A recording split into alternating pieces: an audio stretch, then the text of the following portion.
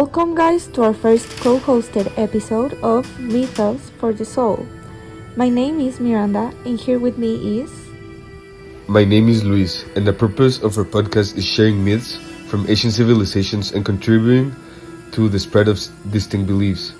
As myths used to be shared using the power of voice, we consider ourselves the messengers.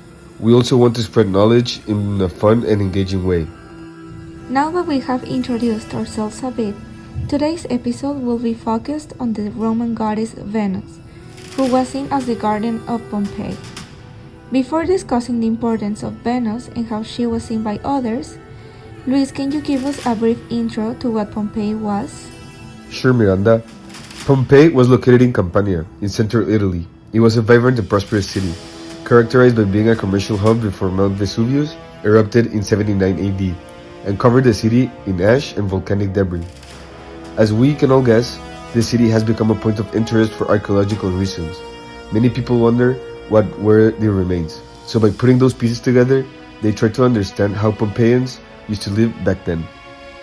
Well, that is definitely an interesting history crash course, Luis, as not everyone is aware of what Pompeii was and what it represented in the Roman Empire. But how do we connect what we have learned about the city in Venus? Who has the goddess Venus? What makes her so important for the culture? Look, what is interesting is that Venus was chosen as the protector of Pompeii, as people saw her as a nature goddess, while others believed she was a goddess of fertility and abundance, often compared to Aphrodite. This perception of Venus tells us why she was chosen as such an important figure in Pompeii, as the city relied immensely on agriculture, commerce, and beauty, which was her specialty. Yes, this perception is important to highlight, but also her mythological origin, as it was believed Venus was born fully grown from the sea.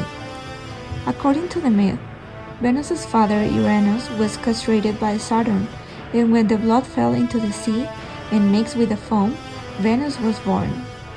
This could be seen as if she is fully connected to nature and creation, therefore appearing as a symbol of life and fertility to people, leaving her as the perfect candidate for the protector of a city that relied on natural resources. Her birth was definitely unique and unlike other gods.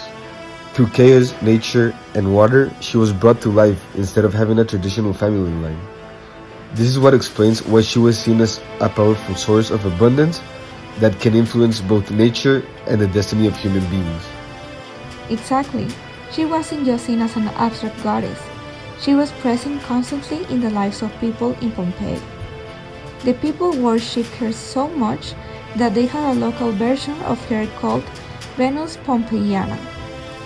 This demonstrated how deeply they connected with her, believing that she protected them, their future, and the city as a whole to bring prosperity. In fact, that belief isn't just theoretical, it was also very present in the city. Near the city's harbor, Pompeians built the Temple of Venus, which was an essential religious building.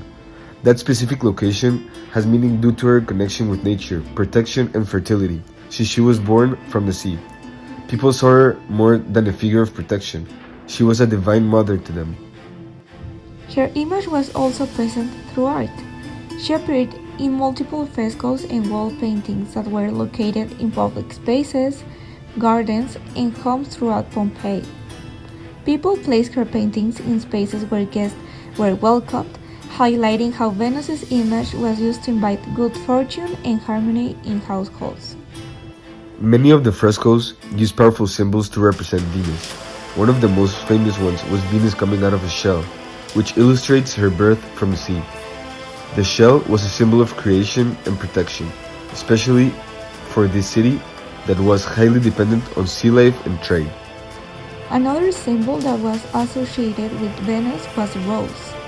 It was used to represent love and desire, but also the nature of beauty. For the citizens from Pompeii, this helped them to recall how life is both abundant and temporary. In other paintings, Venus and Mars, the god of war, were illustrated together. These types of scenes highlight the love affair, representing the balance of love and conflict. This is a reflection of human lives, where both peace and danger are present. In 79 AD, everything changed after Mount Vesuvius erupted. Pompeii was burned, destroyed, and buried under ash. However, due to this disruption, many paintings of Venus were preserved, maintaining its colors and details vividly. It is impressive how after the eruption, the image of Venus remained intact, making those paintings very special. Her role as a protector of Pompeii went beyond the city's life. Her surviving figure symbolizes how myths can outlive civilizations and remain present throughout generations. For this reason, we chose Venus when searching for myths from Pompeii. She was a powerful symbol of mythological thought that deeply resonated with Pompeians, becoming a central figure of their identity. Essentially, that is what myths are all about. They're what give life meaning and what give people hope by connecting them to something greater than themselves. Ancient civilizations didn't just believe in myths, they lived them. And Pompeii was a great example of how this unfolded. Even though Pompeii was destroyed, Venus endured. It is through her that the story of ancient civilizations can be told.